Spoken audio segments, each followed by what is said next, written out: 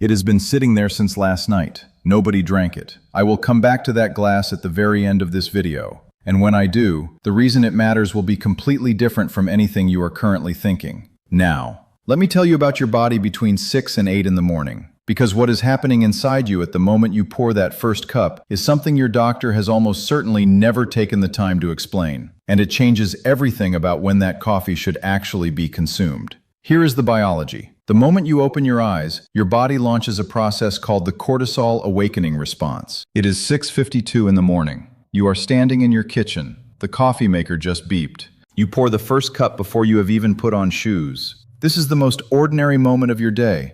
And after 30 years of opening chests, I need to tell you it may also be one of the most cardiovascularly consequential. I am Dr. Robert Caldwell, cardiothoracic surgeon. 30 years in the operating room. Over 2,000 chests opened. I have spent 3 decades studying what destroys the cardiovascular system, and I have spent a significant part of the last 5 years thinking about something that happens in millions of American homes every single morning before 7 a.m. Something that costs nothing to fix. Something almost nobody talks about in a standard medical appointment. The timing of the first cup of coffee. I want to start with something I need you to hold on to for the entire video. There is a glass of water on a kitchen counter. It is not a sign of stress. It is a precisely engineered biological event that has been running in every human for their entire lifetime. Cortisol peaks somewhere between 30 and 60 minutes after waking, generally landing between 7 and 8 a.m. for most adults. It mobilizes glucose. It activates the sympathetic nervous system. It prepares every organ system to handle the demands of the coming day. It is, quite literally, your body waking itself up. No caffeine required. Now here is where the morning cup of coffee enters the picture. And here is where the biology gets complicated in a way that specifically matters after the age of 60. Coffee, a standard 8-ounce cup containing 80 to 120 milligrams of caffeine, blocks adenosine receptors in the brain. Adenosine is the neurotransmitter that builds up during waking hours and creates the sensation of sleepiness. Caffeine hijacks those receptors and prevents adenosine from binding. That is how it makes you feel alert. That is the mechanism behind every cup of coffee ever consumed. But here is what that mechanism does to your cortisol system when you consume caffeine right on top of the cortisol awakening response.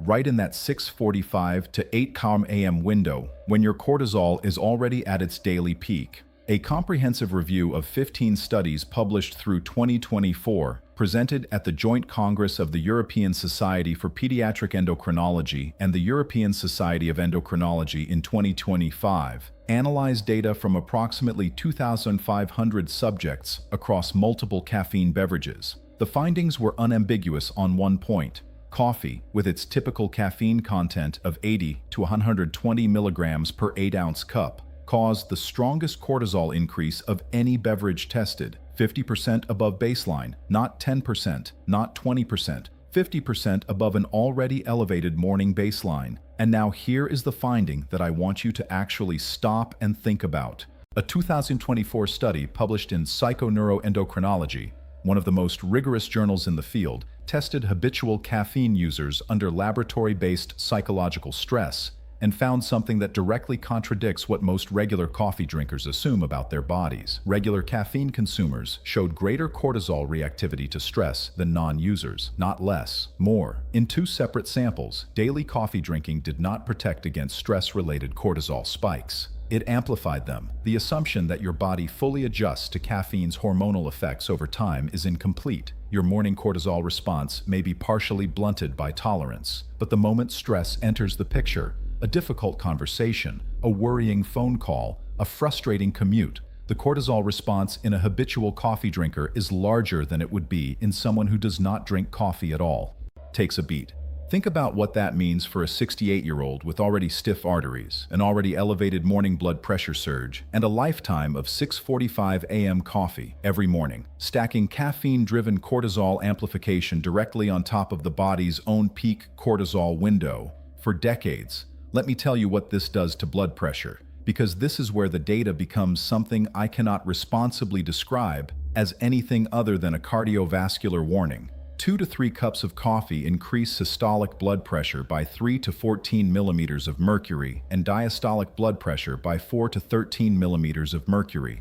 Those numbers come from the clinical literature, not an edge case study. Consistent findings across multiple trials. The blood pressure effect begins within 30 to 60 minutes of drinking coffee. It peaks at 1 to 2 hours after consumption, and it persists for up to 6 hours depending on individual metabolism and genetics. In the COPERNICUS study, specifically designed to examine coffee consumption in adults aged 60 and older across 2 years of follow-up, participants who drank coffee every day showed a statistically significant increase in systolic blood pressure of 8.63 millimeters of mercury over the 2-year study period compared to those who drank coffee rarely or never. After adjusting for body composition, smoking, age, sex, heart rate, and number of antihypertensive medications. This was not a study of people who were new to coffee. These were habitual drinkers, and their systolic blood pressure was measurably rising over time. Now let me explain why this is specifically dangerous in the morning, and specifically more dangerous after 60 than it was at 40. After 60, your arteries are stiffer. The elastic tissue has been gradually replaced by collagen. Blood vessels that once absorbed pressure surges by expanding and recoiling now transmit that pressure directly and forcefully to downstream structures, the brain, the kidneys, the small coronary vessels. The morning is already the highest risk cardiovascular window of the day.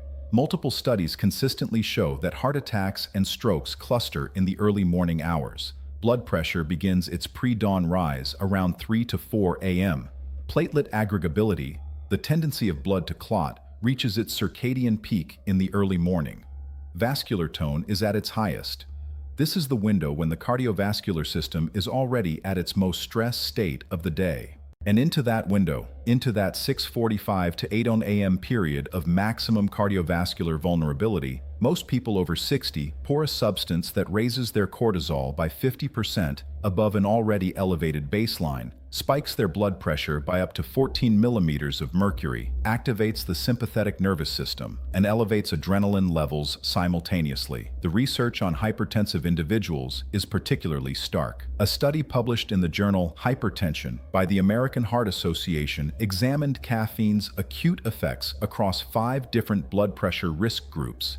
The finding was direct. The strongest blood pressure response to caffeine was observed in diagnosed hypertensive individuals, followed by stage 1 and high normal groups. The higher your baseline cardiovascular risk, the more powerfully caffeine hits your blood pressure. This is not a theoretical concern. For someone already managing blood pressure, and roughly half of all American adults over 65 are taking antihypertensive medication, the morning cup of coffee is interacting with that physiology in a way that almost no cardiologist explicitly discusses at a standard appointment. Actually, wait. Let me rephrase that last point because I want to be precise. The long-term data on moderate habitual coffee consumption and cardiovascular disease is genuinely complicated, and I want to be honest about that complexity. The NHANES database study following 6,076 elderly hypertensive patients with a mean age of 73 years found that moderate caffeine intake between 200 and 300 milligrams per day, roughly 2 to 3 cups, was associated with a 30% lower cardiovascular mortality compared to very low caffeine intake. A J-shaped curve. Some caffeine appears protective. No caffeine or very high caffeine appears less favorable. I am not telling you to stop drinking coffee. Coffee contains antioxidants. Moderate long-term consumption has demonstrated health benefits across numerous large epidemiological studies. That is real. That is not the point of this video. The point of this video is the timing, not whether. When.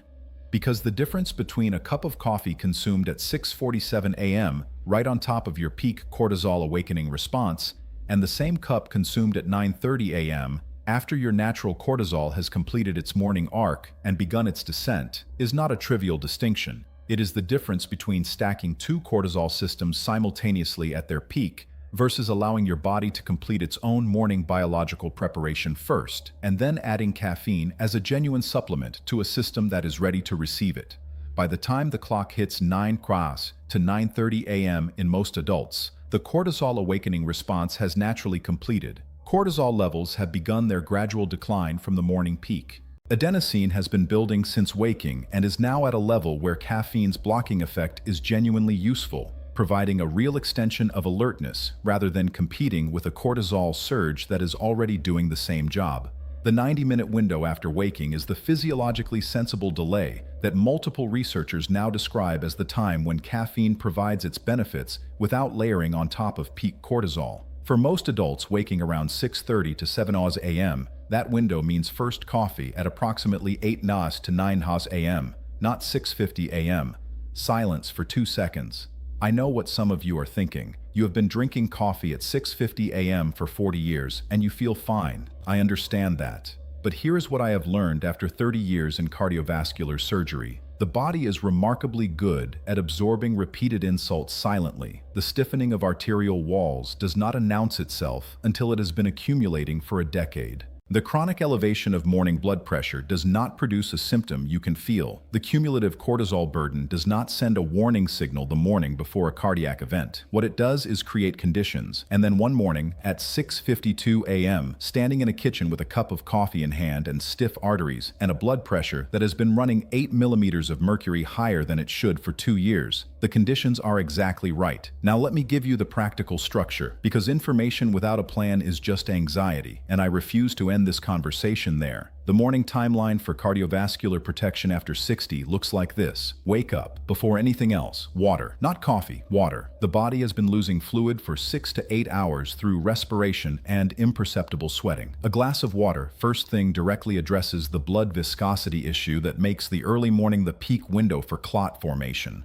I said at the beginning of this video that there was a glass of water sitting on a kitchen counter and that I would come back to it. Here it is. That glass, the one nobody drank the night before, represents both the overnight hydration gap and the morning replacement that should happen before caffeine ever enters the picture. One full glass of water before the coffee maker is even turned on. Then, morning sunlight if you can get it. 10 minutes of natural light through a window or outdoors calibrates the suprachiasmatic nucleus, the brain's master circadian clock, and helps modulate the cortisol awakening response itself. This is not a wellness trend. This is chronobiology. Light is the primary entraining signal for your circadian system, and getting it early supports the natural completion of your morning cortisol arc. Then wait.